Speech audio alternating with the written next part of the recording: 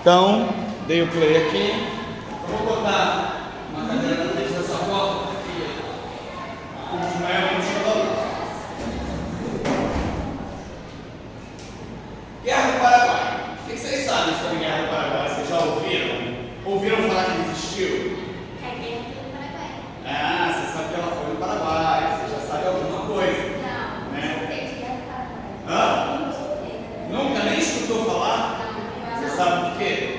Que você é brasileiro e não paraguaio. Ah, juro? Mano, é sério. Não, mas é que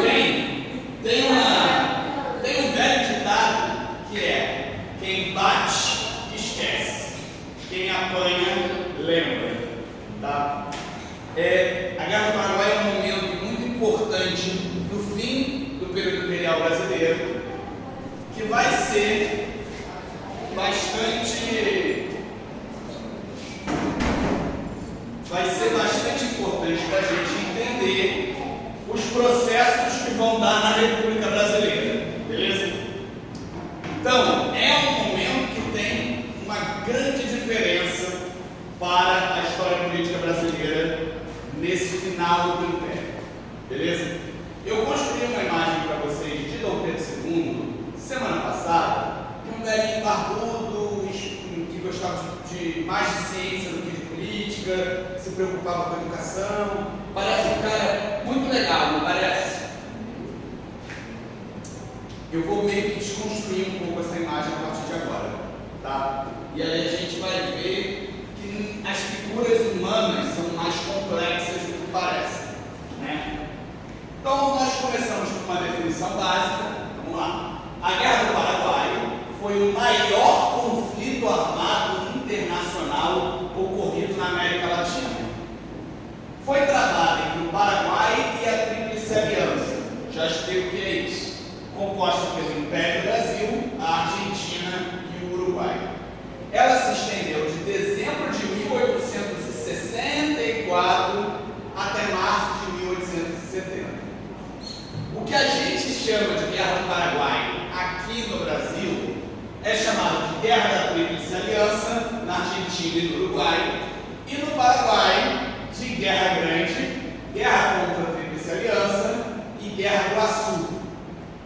Eu já vi algumas referências também de Massacre Paraguaio. Beleza? Eles estão aumentando as coisas. Até o final da aula o sangue vai estar escorrendo por esse chão, né? E vocês vão ver que é bastante impactante. Também falei semana passada que existia um contexto de influência política do Brasil nesse Cone Sul, certo? Quais eram os interesses brasileiros? Primeiro, você tinha interesses regionais de produtores de charque aqui de Porto Alegre, aqui do Rio Grande do Sul, que tinham terras no Uruguai, desde a época que o Uruguai era a província cisplatina, que o Uruguai era parte do Brasil, lembra disso? Essa galera que tinha territórios aqui, eles criavam gado aqui, traziam a carne para vender como charque. Então isso era tradicional. Sendo assim, uma política brasileira que influenciasse a política uruguaia, mesmo de um Uruguai independente do Brasil, era importante para essas pessoas. Então, os fazendeiros, os donos de terra, os poderosos do Rio Grande do Sul, pressionavam o governo central da Carioca, o governo central do Império do Brasil, para que ele influenciasse na política uruguaia.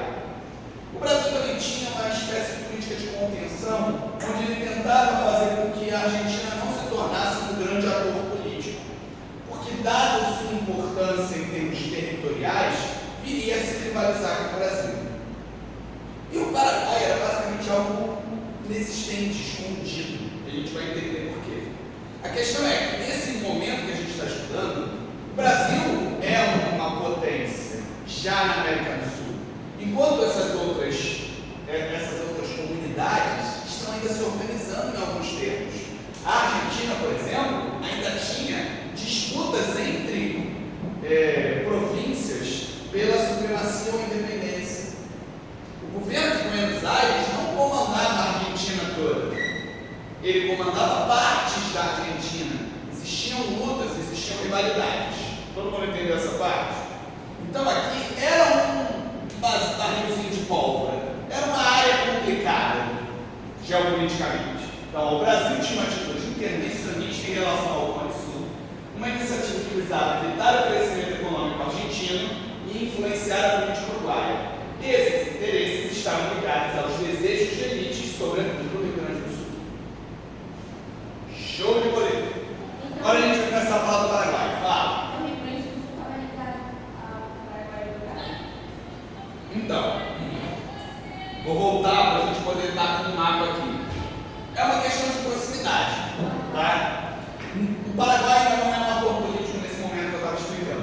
O Brasil tinha uma intenção diplomática de não deixar a Argentina se tornar uma potência, no final das contas acaba deixando, e influenciava a política uruguaia para beneficiar relações econômicas que existiam entre grandes proprietários do Rio Grande do Sul.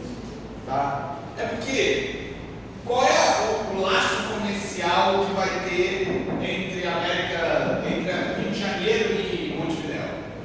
Existiam áreas do Uruguai que falavam português por causa da relação que tinha com o Brasil, certo? Então você vai ter isso, essa proximidade. Agora a gente vai para o Paraguai. O Paraguai, quando ele se torna independente, ele se torna independente no contexto das guerras napoleônicas. A gente não teve muito tempo de poder falar da independência da América Latina, mas tem tudo a ver com esse período da era napoleônica, tá? E o Paraguai, ele tem uma relação muito complicada com a Argentina nesse primeiro momento. Por quê? Porque diplomaticamente, existia um interesse de elites argentinas de uma unificação do Cone Sul todo. Então, ele busca, num primeiro momento, uma política ideológica de isolacionismo. Ou seja, tem gente querendo meu território, eu queria mais território do que eu tenho, vou fechar politicamente aqui, não vou manter muitas relações econômicas, para poder solidificar o que eu tenho conquistado. Entenderam isso? Isso daqui, pontilhado, é o território do Paraguai nesse momento. Essa parte aqui em rosa é a parte do Uruguai, que o Paraguai acreditava que era dele.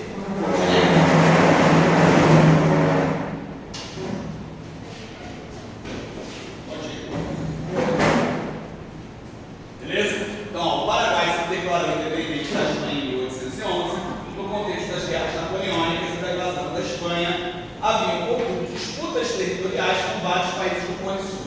Então, as relações diplomáticas desse Paraguai já não eram mais ideais. O primeiro presidente do Uruguai vai ser Carlos Antônio Lopes.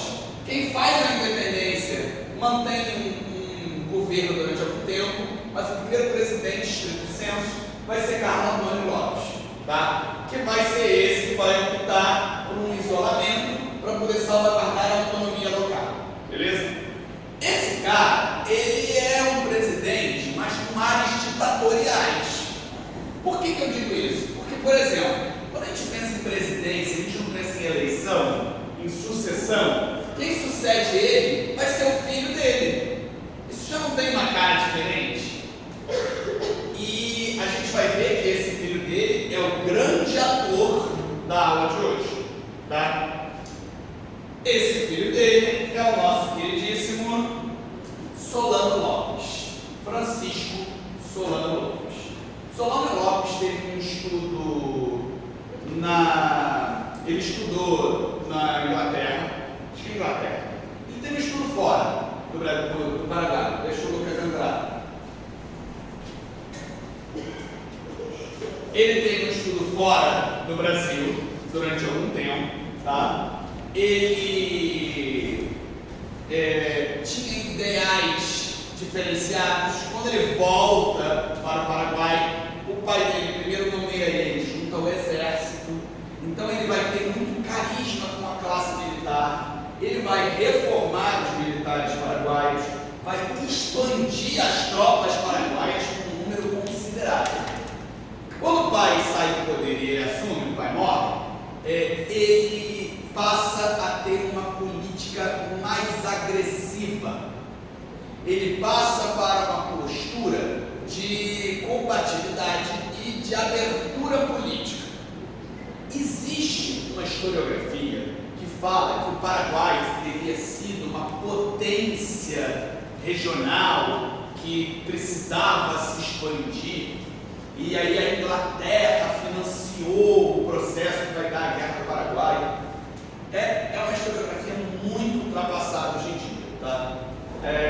A minha aula está toda pautada na historiografia contemporânea do professor Doratioto, Maldita Guerra, que descreve direitinho essa estrutura que eu vou passar para vocês. Vamos lá. Seu filho, Francisco Solano Lopes, havia recebido uma educação na Grã-Bretanha e, ao assumir o poder, buscou abrir o Paraguai para o comércio internacional.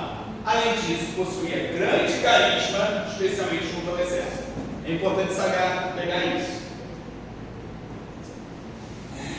E aí o Paraguai queria comercializar, queria bastante isso. E aí tem um grande problema, né? Voltamos para o mapa. Olha para o território paraguaio. Assim como Minas Gerais, Paraguai não tem praia, né? E qual é o grande problema de você não ter, nesse momento principalmente, um acesso ao mar? Como é que você vai escoar a sua produção? Como é que você vai mandar para fora? O Paraguai precisaria descer o rio Paraná, tá? Que ele vem aqui, ó, atravessa, ele vem daqui, margeia Cidade do Leste, passa pela Argentina e aí ele desemboca aqui onde você tem dois portos, Buenos Aires ou Montevidéu. Então, para o Paraguai, para poder manter uma ideia de comércio internacional, que era ainda iniciante, mas que ele tinha esse intuito, ele precisava necessariamente ter boas relações com a política desses dois lugares. Estão entendendo esse conjunto? O Paraguai se mete, ele precisa ter acesso a esses portos e ele precisa ter relações diplomáticas que muitas vezes não são só oi, tudo bem, eu gostaria de comercializar, e sim se meter nos assuntos políticos daquele país, defendendo um grupo ou outro. Se fulano de tal tiver no poder, eu tenho acesso. Se ciclano de tal tiver no poder, eu não tenho acesso. Então eu vou financiar o fulano de tal. Entenderam como é que funciona isso no lobby político? Com intuitos comerciais, o Paraguai precisava escoar sua produção, para isso precisava ter acesso ao Rio Paraná e a portos em Montevidéu ou Buenos Aires.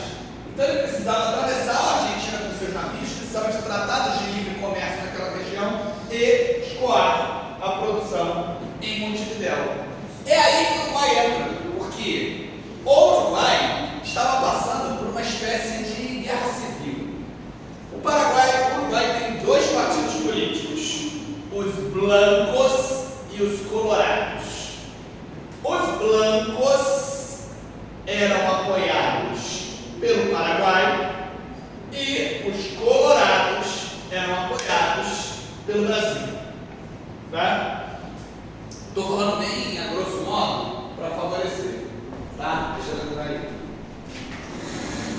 Muito obrigado.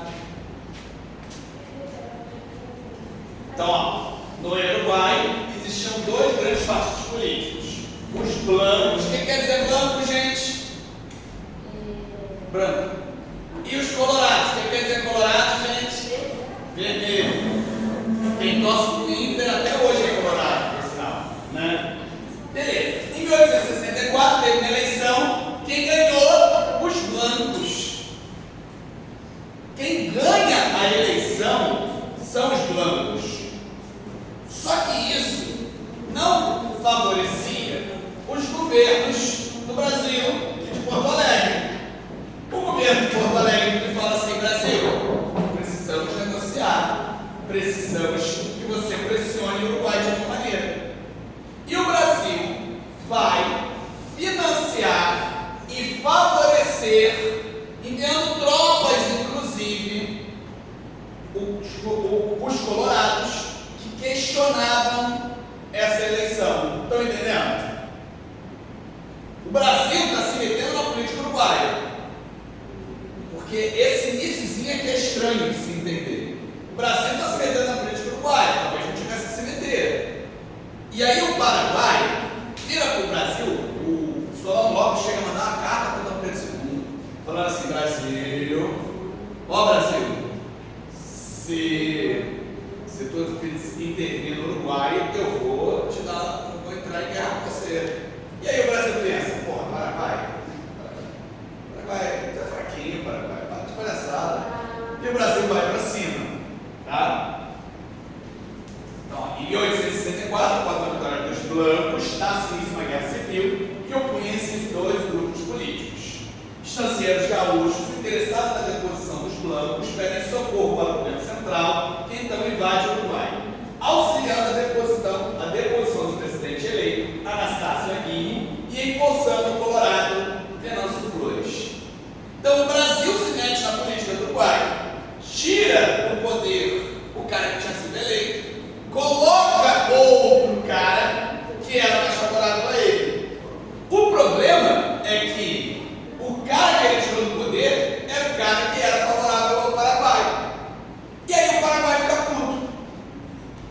Estão entendendo?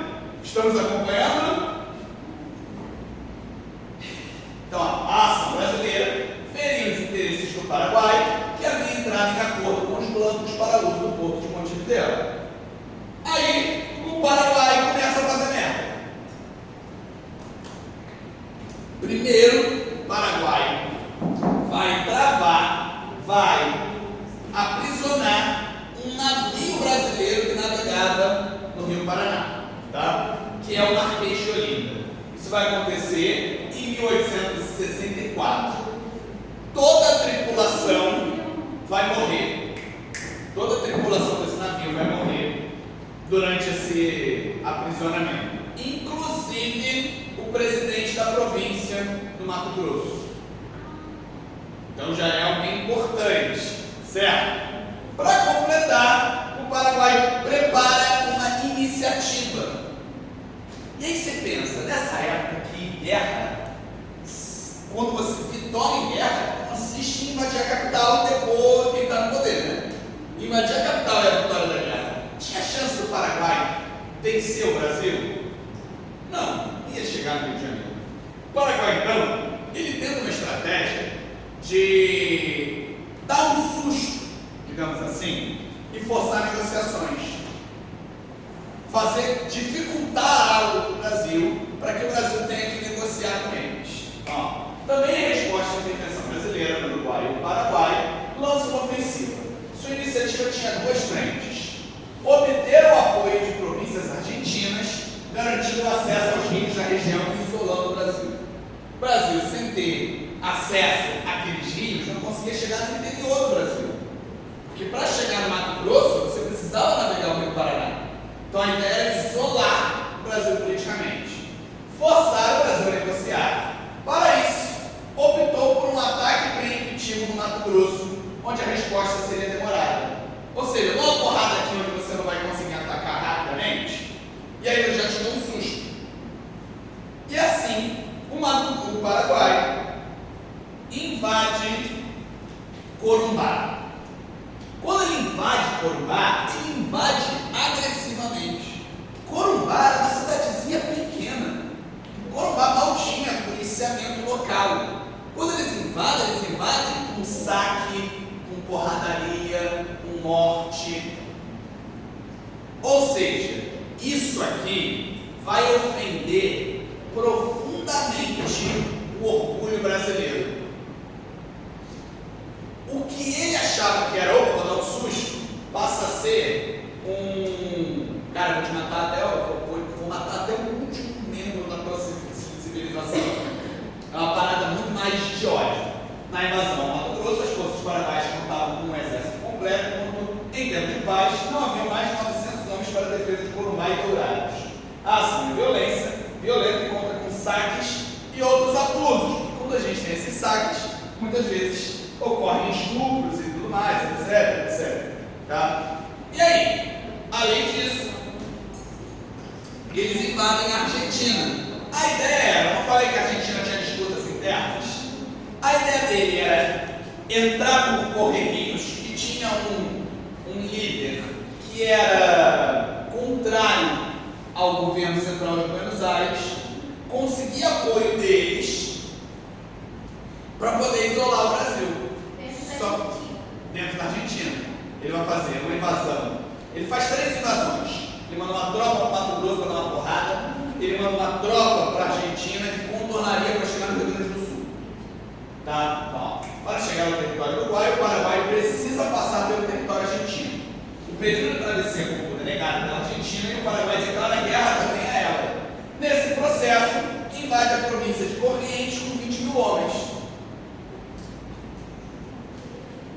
Aí, o Brasil não tinha adotado um governante no lugar do Uruguai? A Argentina acabou de estar com um problema agora no Paraguai também. Brasil, Argentina e Uruguai fecham um tratado, que a gente vai chamar de Tríplice Aliança, para derrotar o Paraguai.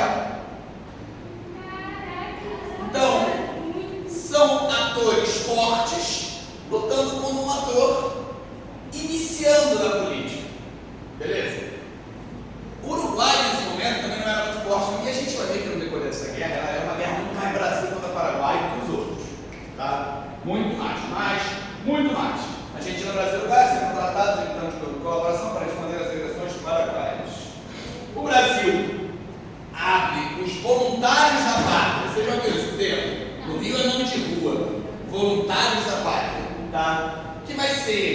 convocação de tropas.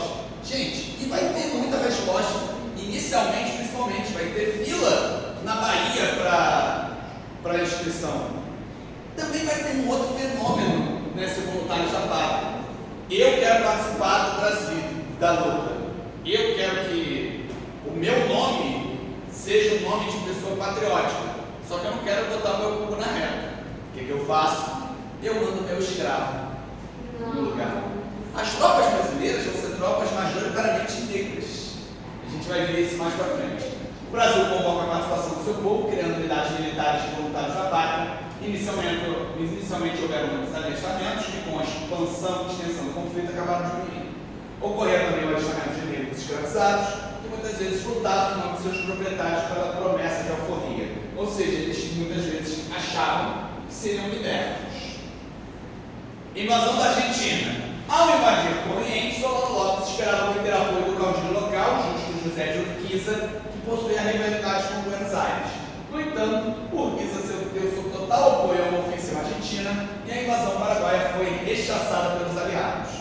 Agora começa uma outra parte da guerra. Tem a invasão do Rio Grande do Sul, né? O Paraguai invade.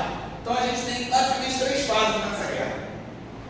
A primeira fase é o ataque preemptivo paraguaio, que a gente está terminando nessa slide. Aí a gente vai ter a invasão do Paraguai. E depois vai ter a invasão que eu falo já já.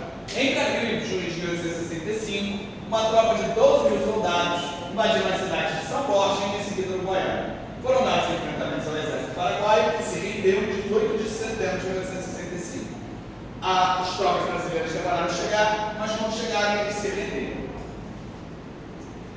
E aí a gente tem uma grande batalha náutica, é a maior batalha náutica da América do Sul, que vai ser a Batalha do Riachuelo. O Riachuelo é um vão, é um canto de rio que tem no Rio Paraná. E é lá que é feita essa batalha. Nesse momento os navios eram a vapor. Qual é a ideia do Paraguai? Vou atacar no início do dia, porque aí vai estar de noite, os caras vão estar dormindo, eles ainda não vão ter ligado as caldeiras para poder funcionar as pás. Tudo estava organizadinho para eles atacarem quando eles descobrem, porque o exército paraguaio é bem menor que o nosso, né? Eles descobrem que o seu principal navio de guerra tinha uma das pás quebradas. Sabe, ele era vapor e eles tiraram aquela pá para poder navegar. Eles foram consertar e se atrasaram 1h30. Com esse atraso, embora a iniciativa inicial do Paraguai tenha pegado a Tríplice Aliança meio perdida ainda, os motores já estavam ligados, logo todo mundo estava nos seus postos, e eles começaram a poder contra-atacar. Muito do contra-ataque dessas tropas era através do albarroamento, através do afundamento do navio adversário com choques. Por quê? Porque as tropas paraguaias contavam com um navio de guerra e o resto eram navios civis com canhões de guerra adaptados. Então, ó, em 11 de junho de 1865, foi a maior batalha naval da América do Sul, contra a guerra paraguaia. Fala. Alguém perguntou? No Riachuelo. O Riachuelo é uma loja do Sul, né? Então deve ter a ver. O acesso à base do Rio da Prata, sem uma pequena fluente do Rio Paraná, deu-se a batalha do Riachuelo. O ataque paraguaio deveria ocorrer durante o amanhecer, pegando a forma da Tríplice Aliança ainda dormindo e as caldeiras do motor a vapor desligadas. Um navio paraguaio quebrou uma das suas pás com um reparo por 1h30, o que mudaria os rumos do conflito. O almirante Tamandaré era o líder do exército brasileiro, né, do exército do Império do Brasil, e ele consegue uma grande vitória. O Paraguai contava com um navio de guerra e navios civis equipados de canhões, e cerca de 2.600 combatentes. A Armada Imperial Brasileira tinha 9 navios de guerra, além de fragatas, torpedas e canhoneiras, somando 3.400 soldados. Apesar da iniciativa paraguaia ter oferecido a dianteira para eles, logo as tropas brasileiras obtiveram êxito afundando a maioria dos seus navios e obtendo uma grande vitória. Então, ó, aqui a gente tem um quadro do Vitor Meireles, pintado antes, pintado depois, em 1883, da Batalha do Riachuelo. Lógico que esse quadro tem toda uma construção construção para poder levar o Diário Nacional e a Batalha do Arrasqueiro com um determinado símbolo, né? A partir desse momento, o Paraguai está completamente isolado. Ele não tem mais nenhum acesso aos rios. O Paraguai não tem condição de atacar. O Paraguai não tem condição de vencer essa guerra. Ele só vai ter condição de dar trabalho. Dar trabalho e tentar abrir negociações em algum momento. Tá? Então a gente acaba essa primeira fase e vai para a segunda, que é a invasão do Paraguai. As tropas que vão ser mandadas vão ser um pouquinho de. A gente vai ver o número mais pra frente. Um pouquinho de Portugal, um pouquinho de Uruguai, um pouquinho de Argentina e brasileiro pra caralho. Tá? E aí a gente tem um grande problema. O Paraguai era completamente desconhecido, não se tinha mapa do Paraguai. O que? A guerra ou o Paraguai? Tu não sabia que existia o Paraguai? Nossa. Beleza. As tropas conseguem um lugar seco e acampam ali no Tuiuti. Tá? De manhã cedinho, o exército paraguaio atacou e aí a gente tem a Batalha do Tuiuti, 24 de maio de 1866. Gente, é a batalha mais sangrenta da Guerra do Paraguai. O Paraguai mandou o seu contingente principal, os seus melhores soldados, os mais bem treinados. E embora no início, novamente, tenham conseguido dar um calor, as tropas brasileiras e uruguaias e argentinas, as tropas da Tríplice Aliança, eram muito maiores e muito mais bem preparadas. Assim que eles se defrontaram com a fileira de canhões, eles começaram a ser massacrados. Né? Os paraguaios contavam com 24 mil homens. O Brasil tinha mandado 21, a Argentina 9.700 e o Uruguai 1.300. 32 mil homens contra esses 24 mil. As tropas da Tríplice Aliança tiveram 996 mortos, enquanto os paraguaios tiveram 6 mil mortos e mais 7 mil feridos. Ainda assim, nesse primeiro momento, vai ser uma batalha muito mais de resistência. O Brasil tinha construído um grande forte para os paraguaios em épocas anteriores, que era o Forte do Maitá. E foi essa fortaleza que segurou as tropas durante muito tempo, sitiando, evitando o prolongamento. Tá? Eles ficaram lá durante alguns meses até conseguirem vencer essa barreira. Então, a invasão do Paraguai foi uma invasão lenta. Isso também porque as estruturas das tropas não eram das melhores, elas não eram muito disciplinadas, elas não eram muito controladas para poder fazer um exercício tático. Então a guerra chega numa fase complexa que consiste na tomada da fortaleza do Maitá, um forte localizado na foz do Rio Paraguai, difícil tomar. O Maitá foi cercado por terra em 2 de novembro de 1867, por água no dia 19 de fevereiro de 1868, se rendendo em 25 de julho. Então eles ficam ali algum tempo até conseguir se render. E eles conseguem isso depois que esse moço é nomeado chefe do exército. Esse moço viria a ser o Duque de Caxias. O Duque de Caxias é muito importante, talvez vocês não sejam tão íntimos desse nome, mas ele é o não sei se é padroeiro a palavra, né? Mas ele é o maior patrono, a palavra é patrono. Ele é o patrono do exército brasileiro, até hoje, tá? Em nome de uma cidade no Rio de Janeiro, né? O Caxias, quando ele chega, primeiro ele começa a perceber que tinha muita gente que estava nos hospitais, nos centros de tratamento ali, nas barracas de saúde, e não estavam exatamente doentes. Ele faz uma disciplina diferenciada no circo de batalha. Ele vai praticamente retreinar aquelas tropas.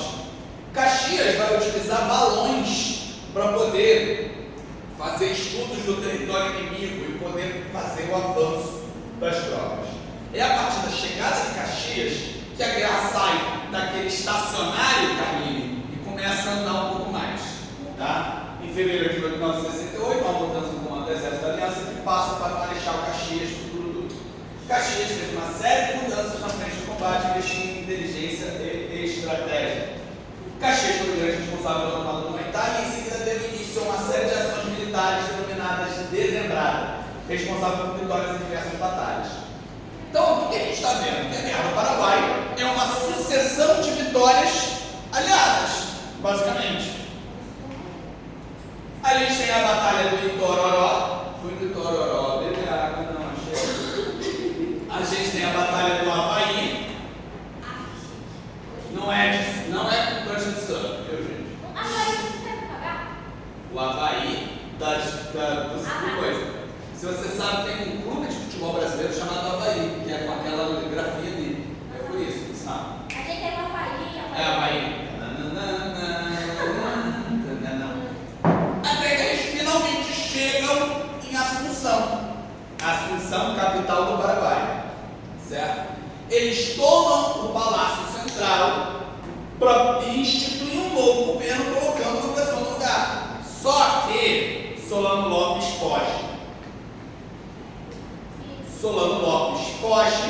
E aí os rumos da batalha começam a mudar. Em 5 de janeiro de 1868, Caxias, liderando forças majoritariamente brasileiras, tomou a capital paraguaia, Assunção. A cidade foi saqueada pelas tropas, incluindo residências de várias famílias aristocráticas. Caxias, nesse momento, vira para Pedro II e fala: Pedrão, venci a guerra. Aí eu não falei no início da aula que vencer uma guerra e tomar a capital? Só que aí Dom Pedro vira para ele e fala: não venceu não. Eu quero Solano Lopes fora do poder. Eu quero Solano Lopes preso. Eu quero a cabeça de Solano Lopes. E Caxias ele fala: então continua a guerra com você. Porque eu não vou continuar. Não pode se dizer que não era, né? Eu vou elogiar militar pela única vez nessa sala de aula, tá? É um cara que tinha brilhos, tinha coragem nesse sentido. E aí, quem assume as tropas é o. Solano Lopes, então fugiu das tropas, segunda investigação de captura. Ele é o militar? Não, ele é o presidente do Paraguai nesse momento. É ele que faz toda a merda. E aí agora é esse cara que a gente quer matar, a gente brasileiro. Quem assume o governo vai ser o puxa-saco, né? O genro do rei. É o Conde de. Como vocês leem isso aqui, gente? O que está escrito aqui, gente? Conde de. Beleza? Francês, genro. É o marido da Isabel. A Isabel é casada com de. Conde de. Isso aí. É porque a gente fala Conde Deu. Eu falo isso. Conde de. Você fala assim em francês. Ele vira o chefe das tropas. E aí a terceira fase da guerra é o quê? Uma perseguição por dentro do território paraguaio até matar-se o Solano Lopes. A ideia é: eu vou entrar atrás com as minhas tropas, estendendo muito mais o conflito. O conflito vai ficando cada vez mais sangrento até eu conseguir matar aquele cara.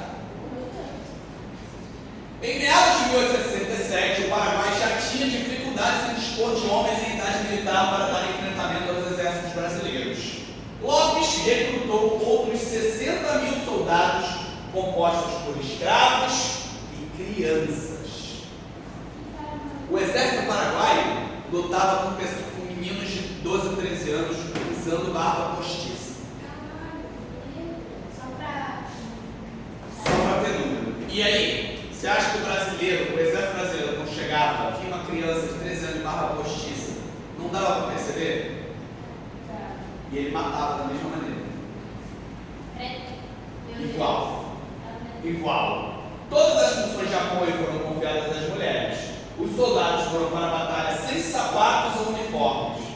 Lopes aplicou a mais rígida disciplina, executando até seus 2 irmãos e 2 cunhados por suposto derrotismo.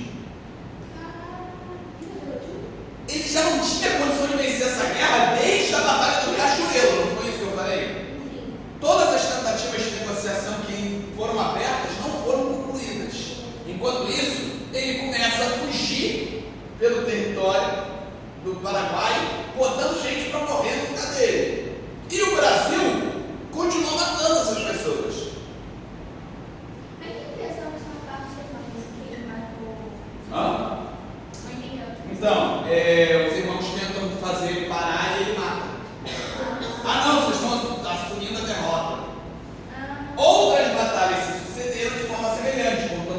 pobres e alta mortandade de paraguaios.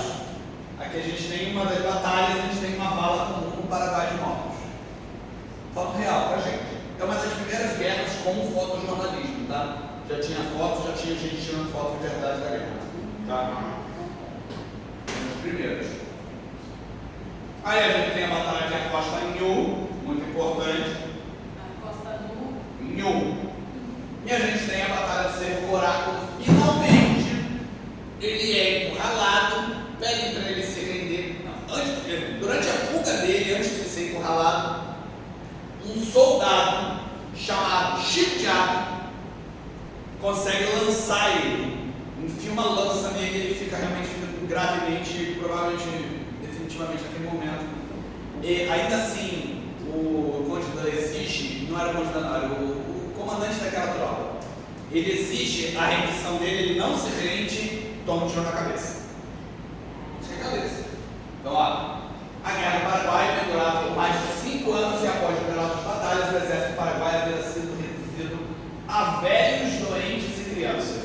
As tropas brasileiras, com cerca de 2.600 homens sob o comando do general José Antônio Corrêa de Câmara, se aproximam e cercaram um acampamento atacando por uma das frentes. Aqui é um desenho do Chico Diabo lançando ele. De novo o Chico Diabo ali. Durante a batalha, o soldado José Francisco Lacerda, apelidado Chico Diabo, acertou sua com uma lança. Ainda assim, logo se recusou, se rendeu e acabou alvejado por outro soldado, João Soares.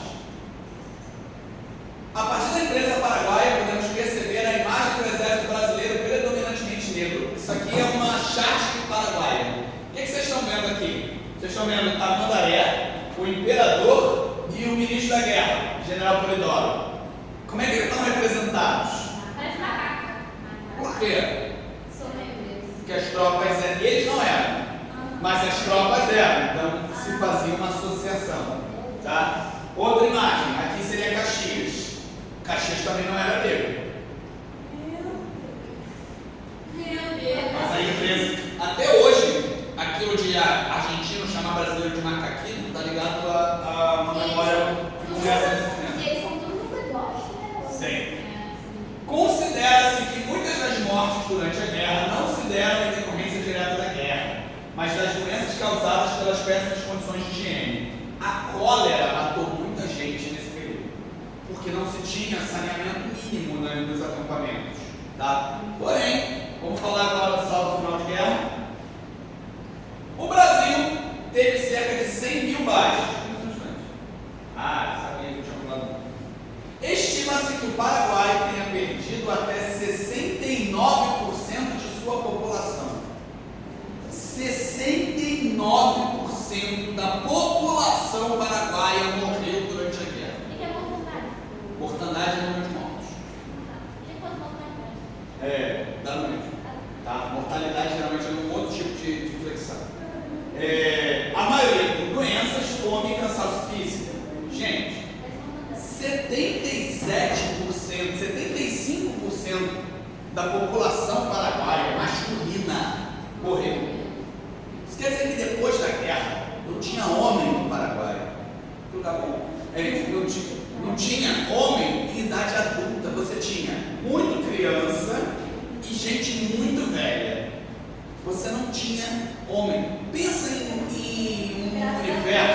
Gente, pensa em um universo que a gente ainda não está nem no início do século XX. Imagina o quanto todas as forças produtivas eram masculinas por uma ideia de patriarcado localizado. Imagina o impacto econômico disso. O impacto demográfico disso é sentido até metade do século XX para recuperar essa quantidade. E se aqui morreu 75%, no Brasil a gente não chegou nem em 1%. O Brasil teve cerca de 100 mil baixas, que não equivaleria a 1% da sua população. Na Argentina e no Uruguai, o número foi consideravelmente pior. Qual é o saldo que a gente tem? O saldo que a gente tem é de uma guerra praticamente sem sentido, que vira um massacre, que vira uma perseguição, de um nível de morte que é absurdo, que só é comparável com as guerras europeias desde o momento que a gente passa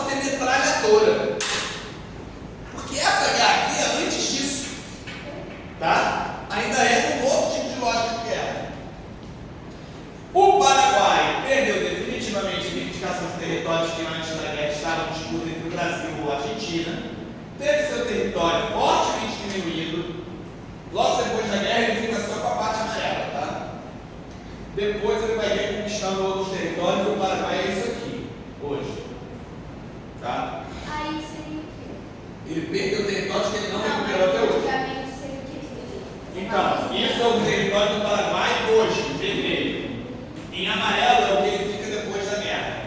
Em branco é tudo que ele tinha antes. Ah, Beleza? Isso aí. Vamos lá. Com boa parte do seu território sob o comando de potências estrangeiras, a dívida com a guerra ainda limitou a economia local. O Paraguai teve que pagar uma dívida impagável que só foi cancelada com o governo Vargas em 43. Tá? E o exército brasileiro? O exército brasileiro sai muito fortalecido desse processo. E aí, como a gente vai ver na nossa próxima aula, ele vai ser um dos atores que vão fazer a proclamação da República. Beleza? Alguém tem alguma dúvida sobre a Guerra do Paraguai? No início da aula eu perguntei o que vocês sabiam sobre a Guerra do Paraguai e agora eu pergunto para vocês o que agora vocês sabem sobre a Guerra do Paraguai. porque tem guerra, o Paraguai